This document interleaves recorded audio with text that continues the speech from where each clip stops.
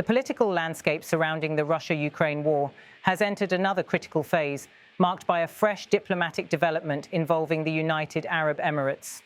As Moscow and Kyiv prepare for upcoming talks on Emirati soil, Russian President Vladimir Putin has sought to frame the negotiations as a step initiated by Ukraine itself, a detail he emphasized during his visit to Kyrgyzstan. His remarks, delivered against the backdrop of intensifying Russian military gains on the battlefield, shed light not only on the mechanics of this new round of diplomacy, but also on the deeper strategic narrative Russia is actively projecting. Standing before officials in Bishkek, Putin presented a tone that combined appreciation for the UAE's mediation role with a renewed sense of confidence about Russia's battlefield position. He began by drawing attention to the Emirati president's involvement in facilitating large-scale prisoner exchanges, one of the very few remaining channels of cooperation between the two warring nations. We are very grateful to the President of the United Arab Emirates for the opportunities provided to us. Thanks to his efforts, many hundreds of our people, our heroes, have returned to their homeland. Well, at Ukraine's initiative, another meeting of this kind was planned and took place in Abu Dhabi. From our side, one of the leaders of the FSB of Russia was present at it. These words offered a rare acknowledgement of productive interaction between Moscow and Kyiv, even if the context remains exceptionally narrow. But the significance of Putin's statement lies not only in the acknowledgement itself.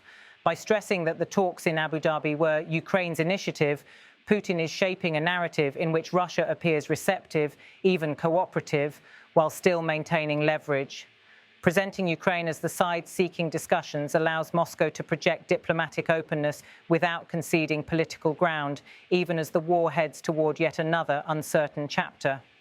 This framing is especially important for Russia at a time when its military leaders are highlighting momentum on the front. During the same appearance, Putin delivered a blunt assessment of the battlefield situation, claiming that two Ukrainian cities, Krasnoarmeysk and Dimitrov, are now fully encircled by Russian forces. Krasnoarmeysk and Dimitrov are completely surrounded, just like Kupiansk was at the time.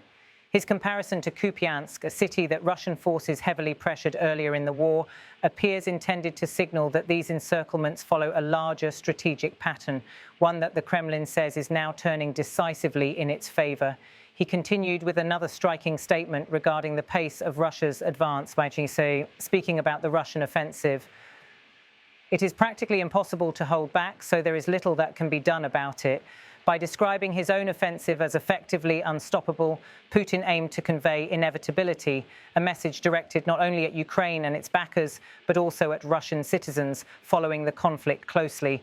This combination of diplomatic positioning and battlefield messaging has become a hallmark of Russia's strategy in recent months.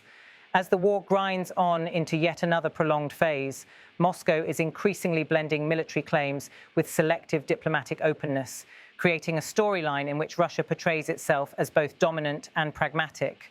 The talks in the UAE fit squarely within that model.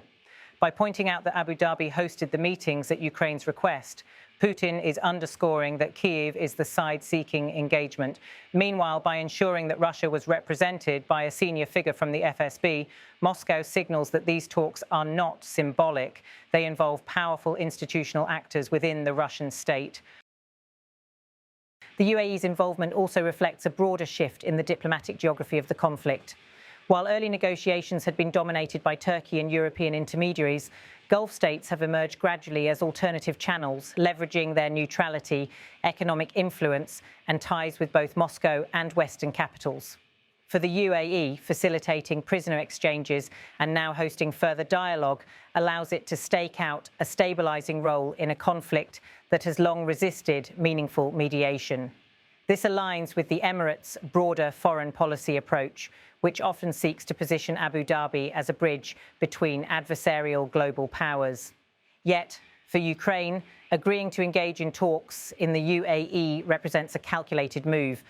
Kyiv has been clear that it will not accept negotiations that legitimize Moscow's territorial claims. However, humanitarian arrangements, particularly prisoner swaps, remain a rare area where communication with Russia is both necessary and strategically acceptable. By initiating discussions in Abu Dhabi, Ukraine may have aimed to build on previous successful exchanges while signaling to international partners that it remains open to diplomacy under specific controlled conditions.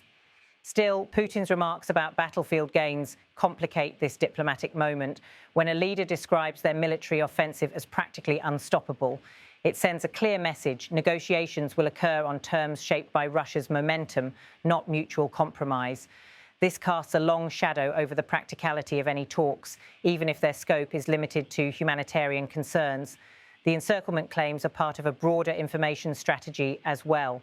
Whether or not Russia has achieved complete encirclement in Krasnoarmeysk and Dimitrov, the messaging is intended to influence public perception.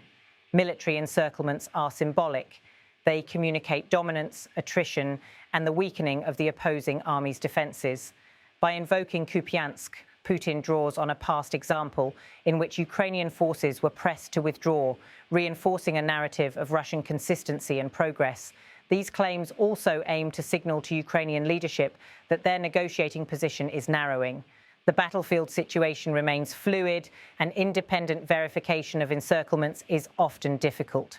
However, Russia's focus on these two cities underscores their strategic value. Both are located within the contested Donetsk region, an area Moscow claims to have annexed, despite its international status as Ukrainian territory. If Russia can present these positions as operational victories, it strengthens its claim that it is solidifying control in areas it considers its own, which in turn reinforces the political argument Putin made earlier this year that Russia would end its offensive if Ukraine withdrew from territory Moscow now claims. This conditional ultimatum remains central to Russia's narrative. Putin's earlier statement that hostilities would cease if Ukraine's forces left what he calls Russian territory sets a precondition Kyiv cannot accept, since it would amount to ceding large swaths of its sovereign land. This creates an inherent contradiction when diplomatic gestures, such as the UAE talks, are pursued alongside uncompromising military objectives.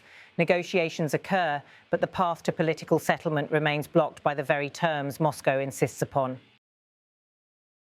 There is also a domestic messaging component to Putin's words. By thanking the UAE's president and pointing to the return of many hundreds of Russian personnel, Putin reinforces the idea that Russia is taking care of its own soldiers, bringing home those who were captured, detained, or missing. In a nation where public sentiment toward military casualties is significant, prisoner exchanges become politically important. Putin's acknowledgement presents Russia as both compassionate toward its troops and diplomatically engaged, a combination designed to bolster domestic support for the war effort. The emphasis on the FSB's involvement also aligns with Russia's broader wartime governance structure. The Federal Security Service has played an increasingly prominent role not only in domestic operations, but also in handling external negotiations related to national security. By placing an FSB leader at the center of talks in Abu Dhabi, the Kremlin highlights that these discussions are part of its security apparatus rather than its foreign ministry, a signal that these are not political negotiations but operational and humanitarian ones. This distinction matters because it allows Russia to participate in dialogue without implying political concession. Beyond the immediate military and diplomatic dimensions, Putin's statements also connect to a deeper geopolitical repositioning. Russia's partnerships with Gulf states, particularly the UAE and Saudi Arabia, have strengthened significantly in recent years. Economic ties, energy coordination through OPEC+, and high-level political engagement have all contributed to a more multidimensional relationship. That the UAE has become a venue for Russia-Ukraine talks illustrates how global power alignments are shifting, especially as traditional Western-led diplomacy faces constraints in this conflict. For Ukraine, the stakes of these developments remain high. While the country continues to rely on Western military support to sustain its defense, it also faces increasing pressure to demonstrate diplomatic engagement, especially as public debates intensify in Europe and the United States about the long-term trajectory of the war. Ukraine's participation in talks hosted in the UAE can be seen as part of this strategy, maintaining humanitarian channels while preserving its stance on territorial integrity.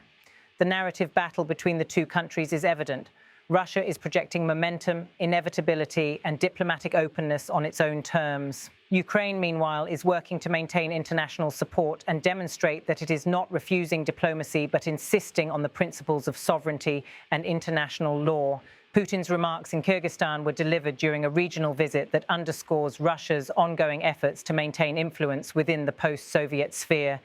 In Bishkek, his statements were aimed at both a domestic and international audience, reinforcing Russia's strategic posture. The choice to highlight the UAE talks in such a setting suggests that Moscow sees diplomatic engagement, even limited in scope, as a platform to strengthen its broader international narrative. As the war approaches another year, the reality is that diplomatic openings remain rare and fragile. The negotiations in Abu Dhabi are unlikely to address the core political issues at the heart of the conflict. Instead, they represent a continuation of back-channel communication used primarily for humanitarian purposes. Yet even these narrow discussions provide insight into how both sides are maneuvering amid shifting battlefield conditions.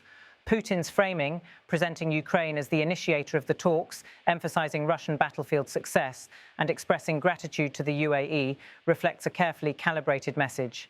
The Kremlin seeks to appear pragmatic and cooperative while reinforcing the inevitability of its military trajectory.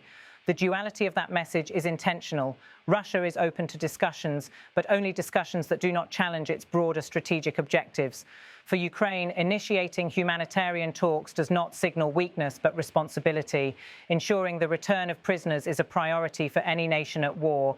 However, Kyiv remains clear that such discussions do not imply acceptance of Russia's territorial demands or political ultimatums.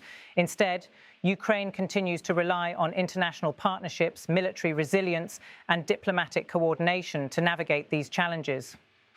Putin's assertion that the Russian offensive is practically impossible to hold back adds pressure at a moment when Ukraine is trying to demonstrate to its allies that support remains essential.